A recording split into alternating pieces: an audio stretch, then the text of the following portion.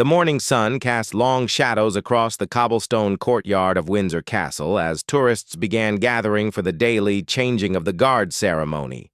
Among the crowd stood Marcus Chen, a 28-year-old software developer from California who had saved for 3 years to take this European vacation.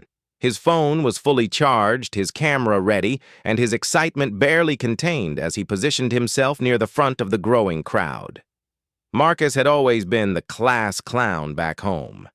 In high school, he was the guy who put plastic wrap over the toilet seats and convinced the principal that the school had been selected for a reality TV show.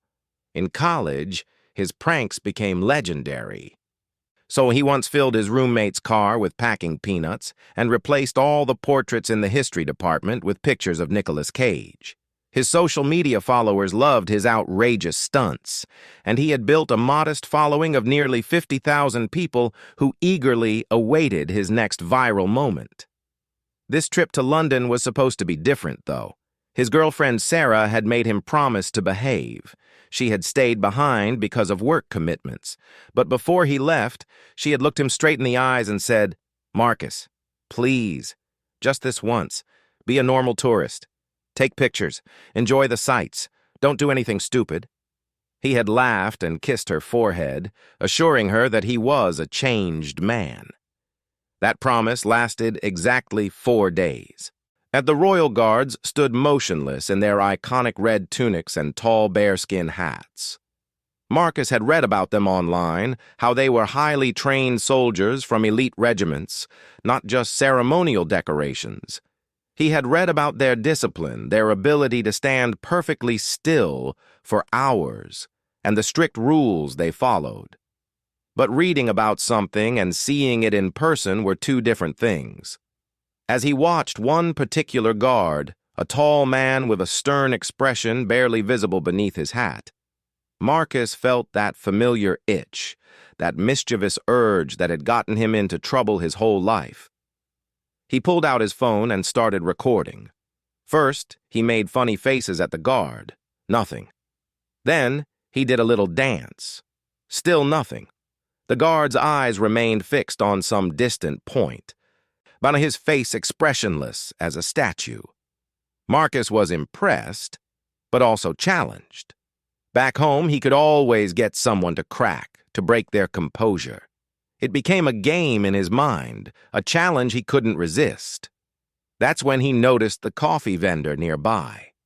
He had purchased a large cup of coffee earlier, one of those overpriced tourist trap beverages that cost more than a meal. He had only taken a few sips, and the cup was still nearly full. An idea began forming in his mind.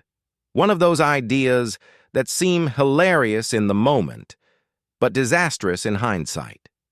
He thought about his social media followers, about the likes and shares and comments. He imagined the headline, "American Tourist Gets Royal Guard to React." It would be perfect content, the kind of thing that goes viral overnight. Marcus stepped closer to the guard. His phone now recording video. His heart was racing with that familiar mix of excitement and nervousness that always preceded his pranks. He could see other tourists watching him with curious expressions, some smiling in anticipation of whatever foolishness this American was about to commit. He raised the coffee cup, angling it slightly, planning to splash just a little bit on the guard's perfectly polished boot. Just enough to get a reaction, he thought. Just enough to make good content. But Marcus had miscalculated several things. First, he underestimated how full the cup still was. Second, he misjudged the angle. Third, and most critically, he completely failed to consider the actual consequences of assaulting a member of Her Majesty's Armed Forces. As he tipped the cup forward, the hot coffee didn't just splash on the guard's boot. As it splattered across the front of his pristine red tunic, dripped down his black trousers, and pooled on the ancient stones beneath his feet. For a moment, time seemed to freeze. The crowd gasped collectively. Marcus stood there, phone still recording, the empty coffee cup in his hand, a stupid grin on his face that was rapidly fading as he began to realize what he had done. The guard, to his credit, didn't immediately react. His training held firm. But Marcus could see something change in the man's eyes, a flash of something that might have been anger or perhaps pity for the foolish tourist who had just made the worst decision of his trip. Then things happened very quickly. Two other guards who had been stationed nearby moved with surprising speed. They weren't running, but their purposeful stride covered ground rapidly. At the same time, Marcus heard a sharp whistle and saw security personnel emerging from seemingly nowhere. He felt hands grip his arms, firm but not rough. His phone was plucked from his hand. The coffee cup fell to the ground, rolling away across the cobblestones. "Sir, you need to come with us," a voice said in his ear, calm but absolutely authoritative. Marcus's mind was racing. This wasn't how it was supposed to go. In his pranks back home, people got annoyed, maybe yelled at him, but it always ended with laughter. This wasn't funny anymore. He looked around at the crowd of tourists, expecting to see amused faces, but instead saw shock, disapproval, and in some cases, outright disgust. An elderly British woman was shaking her head at him like he was a disappointing grandchild. A father had covered his young daughter's eyes, as if shielding her from witnessing such disrespect. "Look, I'm sorry, it was just a joke," Marcus stammered as he was guided away from the ceremony area. His voice came out higher than usual, tinged with panic. "I didn't mean anything by it. It's just a prank, you know? For social media." The security officer holding his left arm didn't respond. Neither did the one on his right. They simply continued walking him toward a building he hadn't noticed before, tucked away from the main tourist areas. Marcus's stomach was doing flips. He thought about Sarah, about how disappointed she would be. He thought about his job, about his family. What if this became a big deal? What if he got in actual legal trouble? They entered a small, austere room that smelled of old wood and furniture polish. It had a table, 3 chairs, and nothing else except a portrait of the Queen on one wall. The guards positioned him in one of the chairs and then stood by the door, their presence a clear message that leaving wasn't an option. Marcus sat there for what felt like an eternity, but was probably only 5 minutes. He could hear his own breathing, too loud in the quiet room. He could hear the distant sounds of the ceremony continuing outside, life going on, as if he hadn't just committed what might be a serious offense. The door opened, and a man entered. He was in his 50s, wearing a suit that suggested authority and carrying a folder. He sat down across from Marcus and placed the folder on the table without opening it. For a long moment, he simply looked at Marcus, his expression unreadable. Marcus squirmed under the scrutiny.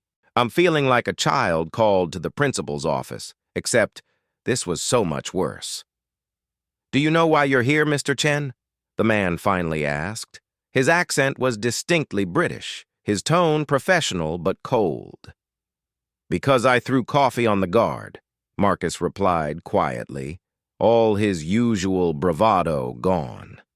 "I'm really sorry. It was stupid. I don't know what I was thinking." "Indeed, it was stupid," the man agreed. "Let me explain something to you, Mr. Chen. Those guards you see out there, they're not actors. They're not performers. They are serving members of Her Majesty's Armed Forces. Many of them have served in combat zones. The young man you assaulted, Guardsman James Fletcher, served 2 tours in Afghanistan. He has received commendations for bravery. And you threw coffee on him for what? And internet points?" Marcus felt his face burning with shame. He hadn't thought of it that way. In his mind, the guards were part of the tourist attraction, like the wax figures at Madame Tussauds. The reality of what the man was saying hit him hard. "I didn't know," he whispered. "I thought it would just be funny." Funny. the man repeated, as if tasting the word and finding it bitter. Mr. Chen, do you understand that what you did could be considered assault? That we could involve the Metropolitan Police? That you could face criminal charges, not to mention being banned from every royal property in the United Kingdom? Marcus's mouth went dry. Criminal charges. Banned. This couldn't be happening. This was supposed to be a vacation. A fun story to tell. Now it was turning into a nightmare. Please, he said, his voice cracking slightly.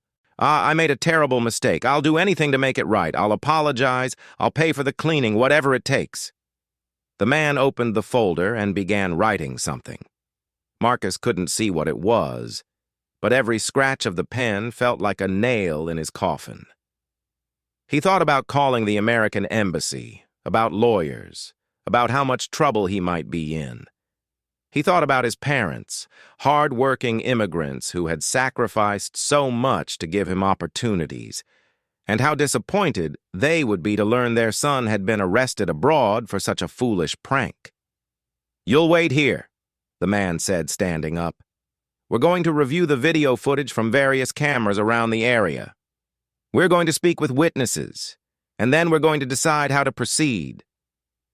He walked toward the door, and then paused and turned back. "I suggest you use this time to think very carefully about your actions and their consequences, Mr. Chen." Then he was gone, and Marcus was alone with the two guards who remained by the door.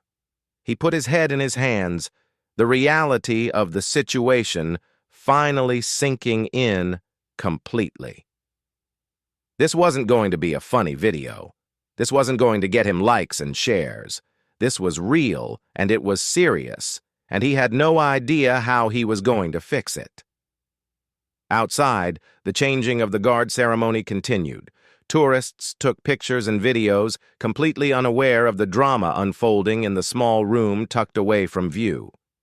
Guardsman Fletcher had been temporarily relieved from his post, his uniform being assessed for damage while he gave his statement about the incident.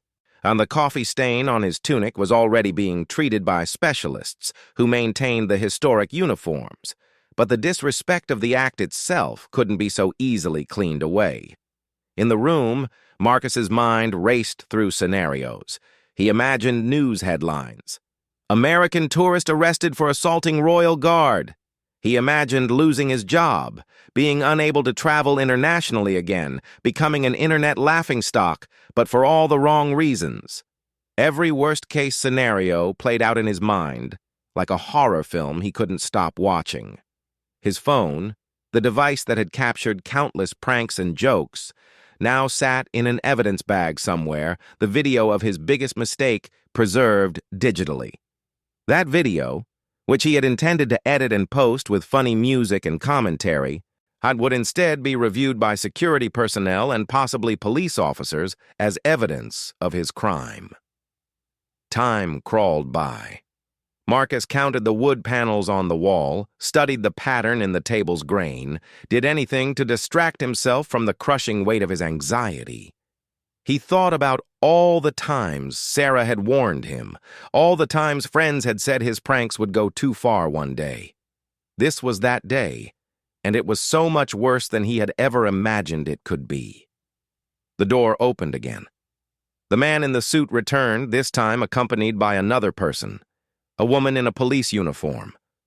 Marcus's heart sank even further, which he hadn't thought possible. This was it. He was going to be arrested. His European vacation was going to end in a jail cell. "Mr. Chen," the man said, then settling back into his chair while the police officer stood near the door. "We've reviewed everything, the video footage, witness statements, and we've spoken with Guardsman Fletcher. What you did was assault, plain and simple. However, Guardsman Fletcher has shown considerable grace in this situation. He's declined to press personal charges, though that doesn't mean you're off the hook entirely." Marcus looked up, a tiny spark of hope flickering in his chest. "What does that mean?" "It means," The woman in uniform spoke for the first time, her voice stern. "That while Guardsman Fletcher won't be pursuing charges, the Crown Prosecution Service still could. It means you're not being arrested today, but you're not walking away from this without consequences either." The man in the suit pulled out a document from his folder. Here's what's going to happen, Mr. Chen. First, you're going to write a formal apology to Guardsman Fletcher.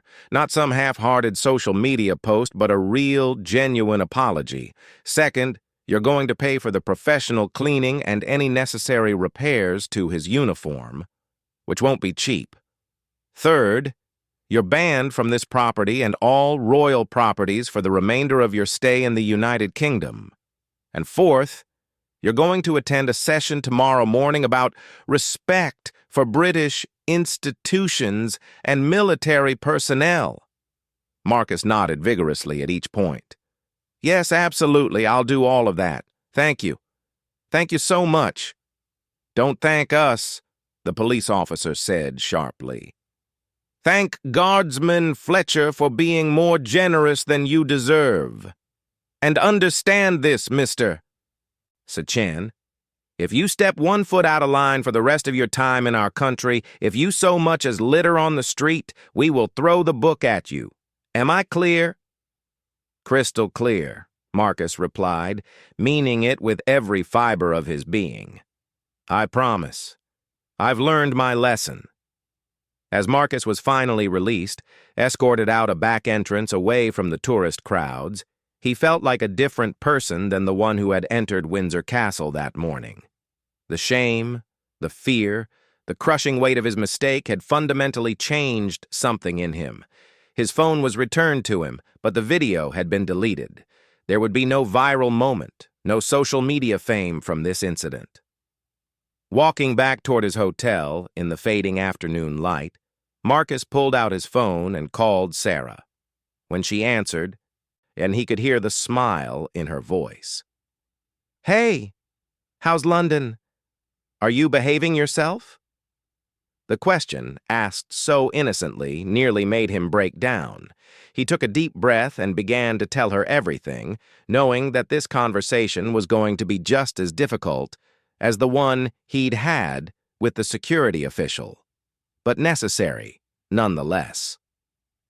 Behind him, Windsor Castle stood magnificent against the sky, its guards continuing their duties with the same discipline and dedication they showed every day, unshaken by the foolishness of one tourist who had learned a very hard lesson about respect, consequences, and the difference between a harmless prank and a serious offense. The sun was setting on what was supposed to be a fun day of sightseeing, but instead had become the day Marcus Chen grew up. Marcus barely slept that night. He lay in his hotel bed staring at the ceiling, replaying the day's events over and over in his mind. Every time he closed his eyes, he saw the coffee splashing across Guardsman Fletcher's uniform, saw the disappointment in the security official's eyes, heard the stern warning from the police officer. The shame was overwhelming, a physical weight pressing down on his chest. Sarah had been surprisingly understanding on the phone, though he could hear the disappointment in her voice. She didn't yell or lecture him. Instead, she just said quietly, "Marcus, I love you, but you really need to grow up." Those words hurt more than any anger would have. After they hung up, Marcus sat on the edge of his bed for an hour, just thinking about the kind of person he had become and the kind of person he wanted to be. The next morning arrived too quickly. Marcus had to be at a government building in central London by 9 in the morning for the mandatory session about respect for British institutions. He dressed carefully, choosing his most conservative clothes, trying to look as respectful and remorseful as possible. The face that looked back at him from the bathroom mirror seemed older somehow, the usual mischievous glint in his eyes replaced by something more serious. The building was imposing, all gray stone and official-looking windows. Marcus checked in at the front desk, where a receptionist gave him a visitor badge and directed him to a small conference room on the second floor. His hands were shaking slightly as he climbed the stairs, unsure of what to expect. When he entered the room, he found 3 other people already seated. 2 were young men who looked to be in their early 20s, tourists by the look of their clothes and cameras. The third was a woman in her 40s, well-dressed and looking distinctly uncomfortable. They all glanced up as Marcus entered, acknowledging him with small nods before returning to their own nervous thoughts. Marcus took a seat near the back, his stomach churning with anxiety. A few minutes later, a woman in a military uniform entered. She was perhaps in her mid-30s, with short, dark hair and an air of quiet authority. Behind her walked Guardsman James Fletcher, the very man Marcus had thrown coffee on the day before. Marcus felt his face flush hot with embarrassment. He hadn't expected to see Fletcher again, hadn't prepared himself for facing the man he had wronged. "Good morning," the woman said, her voice crisp and professional. "I'm Major Elizabeth Hartley, and this is Guardsman Fletcher. You're all here because you've shown disrespect to members of Her Majesty's Armed Forces or royal properties. This session is designed to help you understand the seriousness of your actions and ensure nothing like this happens again." She proceeded to explain the history and significance of the Royal Guards, their role not just as ceremonial figures, but as active soldiers who serve their country. She talked about the discipline required, the training they undergo, the sacrifices they make. As she spoke, Marcus found himself genuinely interested, learning things he had never bothered to research before his trip. Then, Guardsman Fletcher stepped forward to speak. His voice was steady and calm, without any trace of anger. "Yesterday, a tourist threw hot coffee on my uniform while I was on duty," he began, and Marcus wanted to sink through the floor. "Today I'm going to tell you why that was more than just a prank." Fletcher talked about his military service, about losing friends in Afghanistan, about the pride he felt in wearing the uniform. He explained that standing guard at Windsor Castle wasn't just a job, but an honor, representing centuries of tradition and service.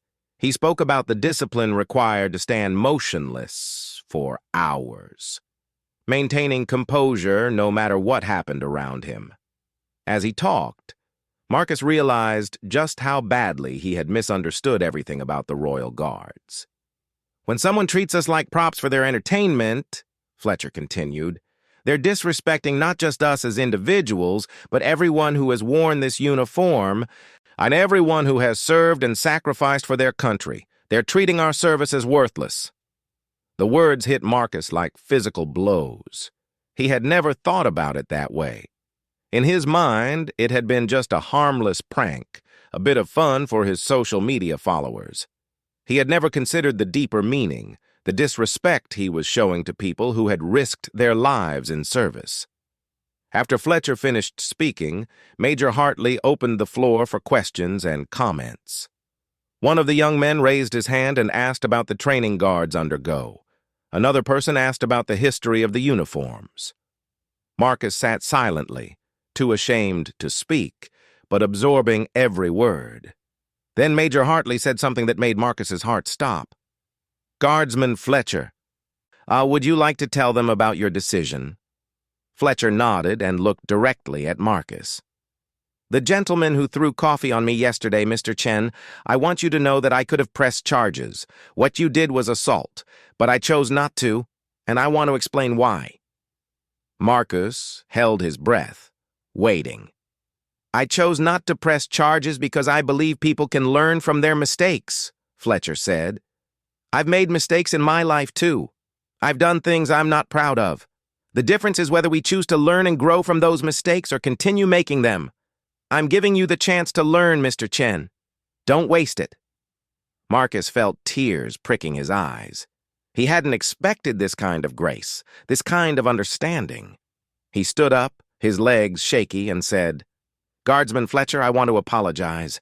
Not because I have to, but because I genuinely am sorry. What I did was stupid and disrespectful, and I understand that now. Thank you for giving me a second chance." Fletcher gave him a small nod. "Apology accepted, Mr. Chen." After the session ended, Marcus approached Fletcher before he could leave. "Can I ask you something?" Marcus said. "Why did you really decide not to press charges? You would have been well within your rights." Fletcher smiled slightly, the first time Marcus had seen him show any expression besides seriousness. "Because revenge and punishment don't change people, Mr. Chen. Understanding does. I could see in your eyes yesterday that you didn't really understand what you'd done. You do now. That's worth more than any legal punishment." As Marcus left the building, he felt different. Not just chastened or embarrassed, but genuinely changed. He had been given a gift, the gift of understanding and second chances, and he was determined not to waste it. He spent the rest of the day walking around London, really seeing it for the first time, not through the lens of his phone camera, but with his own eyes, appreciating the history and culture around him. That evening, Marcus sat in a quiet pub and pulled out a notebook. He began writing a letter to Fletcher, a real letter, not just the formal apology he had been required to submit.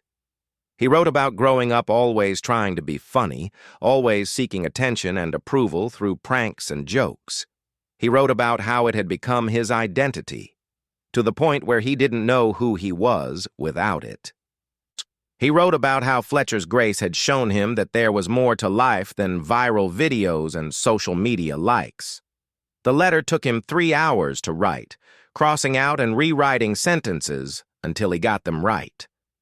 When he finally finished, he felt like he had exorcised something from his soul, some part of himself that needed to be let go. The next few days of Marcus's trip were completely different from the first few. He visited museums and actually read the plaques instead of just taking selfies. He struck up conversations with locals and learned about their lives and perspectives.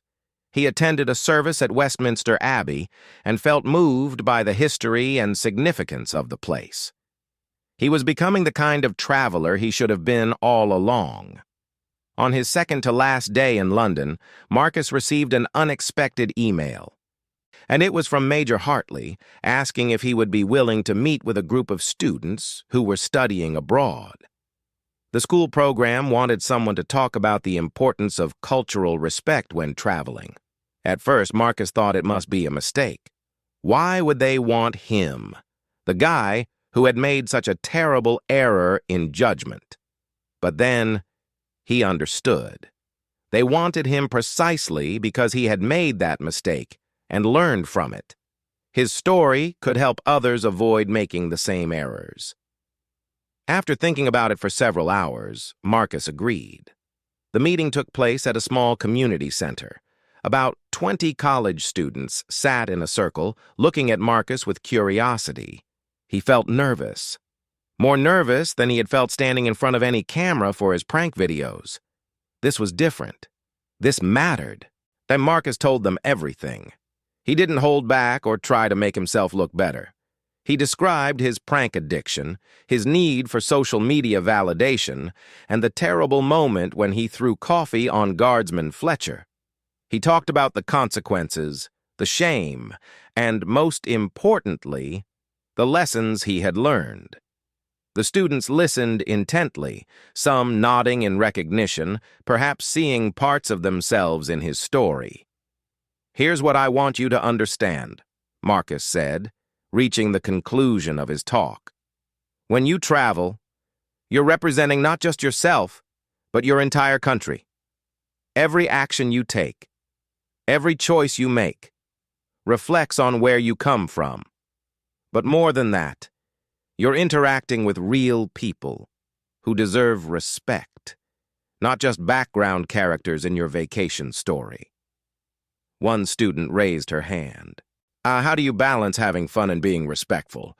I mean, travel should be enjoyable, right?" Marcus smiled. "Absolutely. But real enjoyment comes from genuine experiences, from learning and growing, not from treating other cultures as entertainment." Some of the best moments of this trip after my incident came from just talking to people, learning their stories, appreciating things without needing to turn everything into content for social media. Another student asked, "Do you regret not getting your viral video?" Marcus thought about this carefully before answering. A week ago, I would have said yes. But now? The video I didn't post has taught me more than any of my viral videos ever did. I learned about dignity, about grace, about what really matters in life. That's worth more than 1,000,000 likes. After the talk, several students came up to thank Marcus personally. One young man said that Marcus's story had made him rethink his entire approach to his upcoming semester abroad. A young woman admitted that she had been planning pranks for her spring break trip, but would now reconsider. Marcus felt something he hadn't felt in a long time, genuinely useful, like he had contributed something meaningful to the world. That night, lying in his hotel bed for the last time before his flight home, Marcus reflected on how much had changed in just a week. He had come to London as one person and would leave as another. The prankster who sought validation through likes and shares was gone, replaced by someone who understood that real respect and real connections mattered more than any online popularity. He thought about Guardsman Fletcher, or as about the unexpected gift of grace he had been given. He thought about Major Hartley, who had turned his punishment into an opportunity for growth. He thought about the students he had talked to, hoping his story might save them from making similar mistakes. Marcus pulled out his phone and opened his social media apps. His followers had been asking where he was, why he hadn't posted in days. His last post before the incident had been a typical Marcus-style joke photo. Looking at it now, it seemed shallow and pointless. He began typing a new post, his last post from London, and perhaps his most important one ever. "Sometimes the best lessons come from our worst mistakes," he wrote. "This trip didn't go as planned, and I'm grateful for that. Real growth doesn't come from playing it safe or seeking approval. It comes from facing our failures, learning from them, and choosing to be better. Thank you, London, for teaching me what really matters." He posted it without any photo, without any hashtags, without trying to make it viral. Then he put his phone down and went to sleep, ready to go home and start living differently. Tomorrow he would fly back to California, back to Sarah, back to his life. But he wouldn't be the same Marcus who had left. That Marcus had been left behind in a courtyard at Windsor Castle, drowning in a puddle of spilled coffee and wasted opportunities. The new Marcus, the one going home, understood that respect, dignity, and genuine human connection were worth more than all the social media fame in the world. The flight home gave Marcus plenty of time to think. 13 hours from London to Los Angeles, but 13 hours suspended between his old life and his new understanding. He watched the clouds pass beneath the plane and thought about everything that had happened, everything that had changed. The passenger next to him asked if he was okay, noticing how quiet and contemplative he had been. Marcus just smiled and said he was fine. Better than fine, actually. He was different. When the plane finally touched down at LAX, Marcus felt a strange mixture of relief and nervousness. He was home, back on familiar ground, but he wasn't sure how to explain to people what had happened to him in London. How do you tell your friends that you went on vacation as one person and came back as another? How do you explain that getting caught doing something stupid was the best thing that ever happened to you? Sarah was waiting for him at baggage claim. Well, when he saw her, Marcus felt a wave of emotion wash over him. She looked beautiful standing there with a welcome home sign, her face breaking into a smile when she spotted him. But there was also something cautious in her eyes, a question about who exactly was coming home to her. They hugged for a long time, not speaking, just holding each other. Finally, Sarah pulled back and looked at him carefully. "Are you okay?" really okay?" "I am," Marcus said, and meant it. "I have so much to tell you." They went to their favorite coffee shop, a small place near their apartment that they had been going to since they first started dating. As they sat across from each other, Marcus told her everything. He didn't leave out any details, didn't try to minimize his mistakes or make himself look better.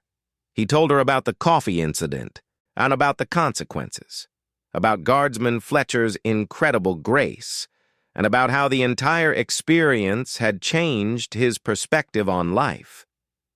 Sarah listened without interrupting, her coffee growing cold as Marcus talked. When he finally finished, she was quiet for a moment, processing everything. Then she reached across the table and took his hand. "I'm proud of you," she said simply. "Proud? I made a complete fool of myself." "You made a mistake," Sarah corrected. "But then you learned from it. You grew. That's what I'm proud of. Do you know how many people would have just been angry about getting caught? Would have blamed everyone else? Would have learned nothing? You actually changed, Marcus. That takes courage." Her words meant more to him than any social media comments ever had. This was real validation, and from someone who truly knew him and loved him. They talked for hours about his trip, about their future, about the kind of life they wanted to build together. For the first time, Marcus found himself excited about things that had nothing to do with pranks or viral videos. The next day, Marcus had to face another difficult conversation. He had taken 2 weeks off from his job at the tech company, and now he was back in the office.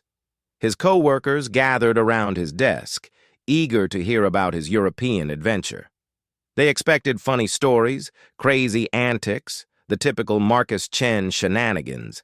Instead, they got something completely different. Marcus told them a condensed version of what happened, focusing on the lessons learned rather than the embarrassing details. His co-workers' reactions were mixed, and some seemed disappointed that he didn't have wild party stories to share. Others seemed skeptical that he had really changed. But a few, particularly his manager Karen, seemed genuinely interested in his transformation.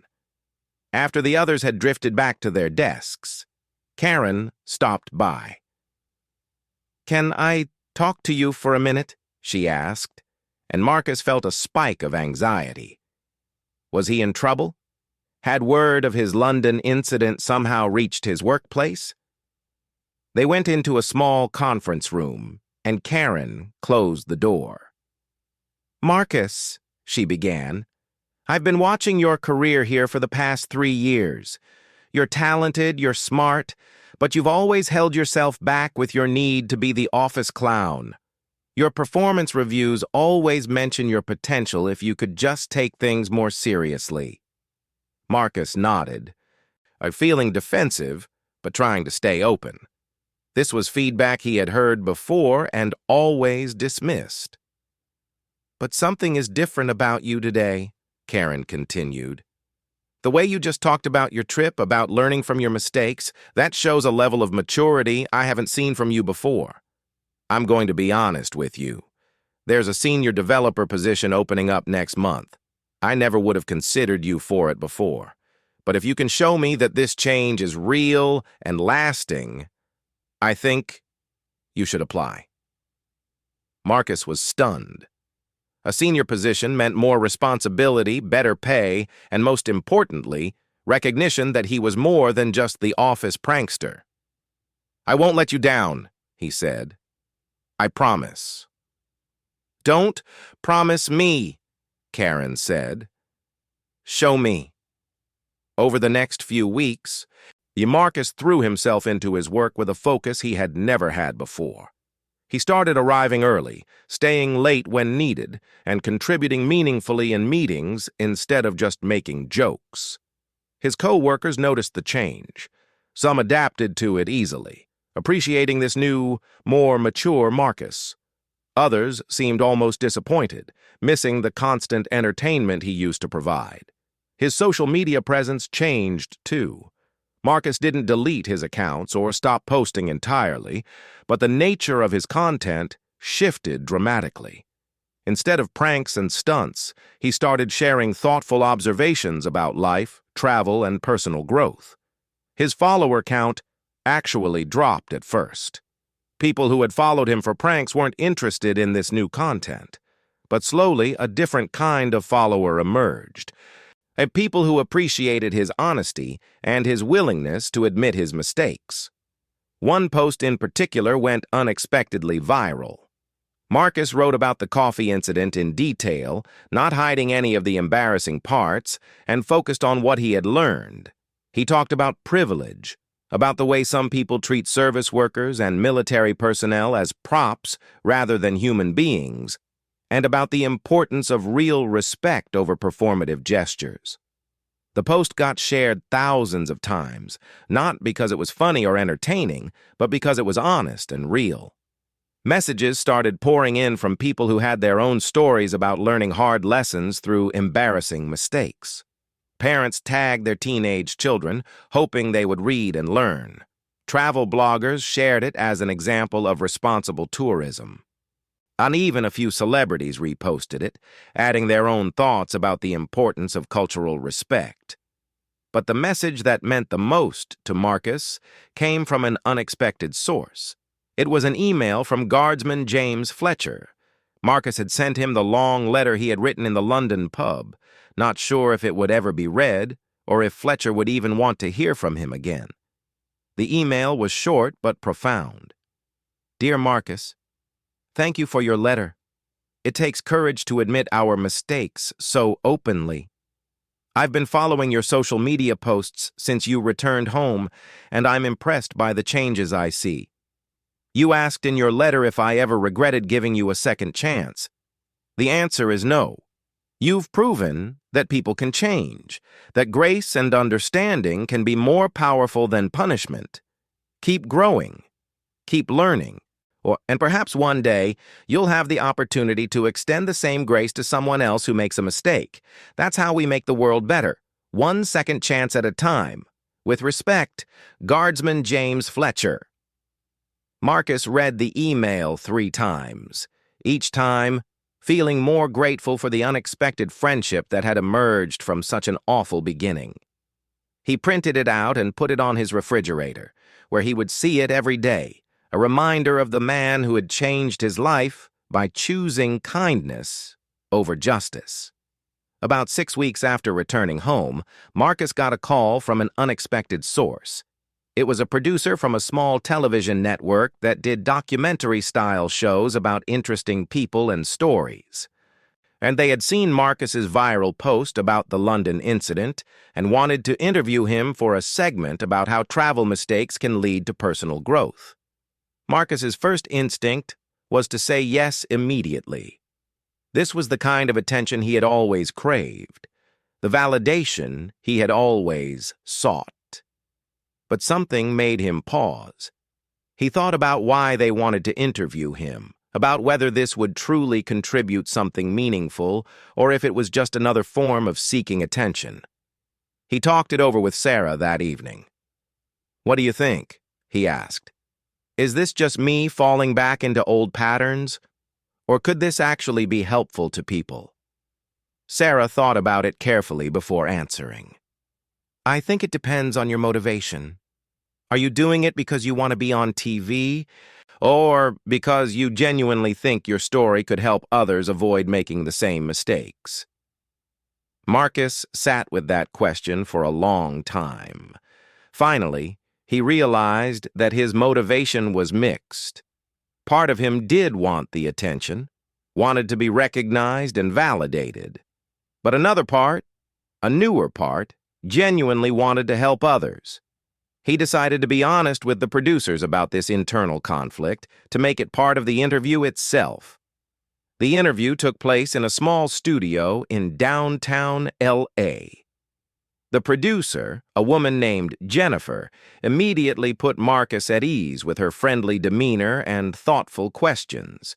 She didn't just want sound bites or sensational stories. She wanted to understand the real journey of personal growth that Marcus had been on. During the interview, Ada Marcus found himself opening up about things he had never discussed publicly before. He talked about his childhood, about always feeling like he needed to be funny to be valued. He talked about how social media had fed into that need, creating a cycle of seeking validation through increasingly outrageous behavior. He talked about the fear he felt when facing real consequences for his actions and the profound impact of Fletcher's grace. What would you say to young people who are building their identity around social media presence? Jennifer asked. Marcus thought carefully before answering. I would say that likes and followers aren't a measure of your worth. I had 50,000 followers when I went to London, but I was actually incredibly insecure and immature. Now I have fewer followers, but I'm genuinely happier and more confident. Our real confidence comes from knowing who you are and being okay with that, not from external validation. The interview lasted 2 hours, though only a portion would make it to air. When it was over, Jennifer thanked Marcus and said something that stuck with him. You know, we interview a lot of people who talk about personal growth. Most of them are performing growth, trying to look evolved for the camera. But you're actually living it. That's rare and valuable. The segment aired 3 weeks later. Marcus watched it with Sarah and a few close friends, nervous about how it would be received. The comments on social media were overwhelmingly positive. People appreciated his honesty, his willingness to admit his flaws and mistakes. Several viewers even wrote about how his story had inspired them to examine their own behavior and make changes. But not all the feedback was positive. Some of his old friends from his prank video days accused him of selling out, of becoming boring, of betraying what had made him fun. One former collaborator posted a video mocking Marcus's transformation, suggesting it was just a new kind of performance. Those comments stung more than Marcus expected. It's one thing to decide to change. It's another to face criticism for that change from people who like the old version of you. He found himself doubting his choices, wondering if he had overcorrected, if he had given up something essential about himself in his quest to grow up. Sarah found him sitting on their apartment balcony one evening, staring at his phone and reading through negative comments. She sat down next to him and gently took the phone away. "Talk to me," she said. I just wonder if I went too far," Marcus admitted. "If I threw out the good parts of myself along with the bad, I used to make people laugh. I used to bring joy, even if it was sometimes in stupid ways. Now I'm just serious all the time." Sarah was quiet for a moment, thinking. "You're right that you used to make people laugh. But who were you making laugh? Your social media followers who you never met? People watching videos of you embarrassing others? There's nothing wrong with humor, Marcus. But maybe it's time to learn a different kind of humor, one that doesn't come at someone else's expense." Her words resonated with something Marcus had been feeling but couldn't quite articulate. He didn't need to become a completely different person. He needed to evolve, to keep the good parts of himself while letting go of the destructive patterns. Over the following weeks, Marcus worked on finding that balance. He allowed himself to be funny again, but in ways that didn't involve pranks or making others uncomfortable. He learned to laugh at himself more and at others less. He discovered that genuine wit and kindness could coexist. 3 months after returning from London, Marcus got the news that he had been promoted to senior developer. Karen pulled him aside after the announcement and said, "You earned this, Marcus. Not because you stopped being yourself, but because you became the best version of yourself."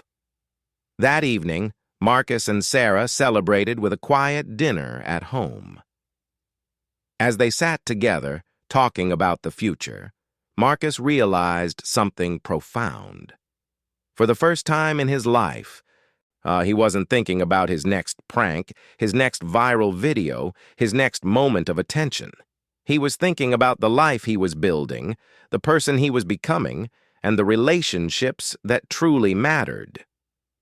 His phone buzzed with notifications, people congratulating him on the promotion.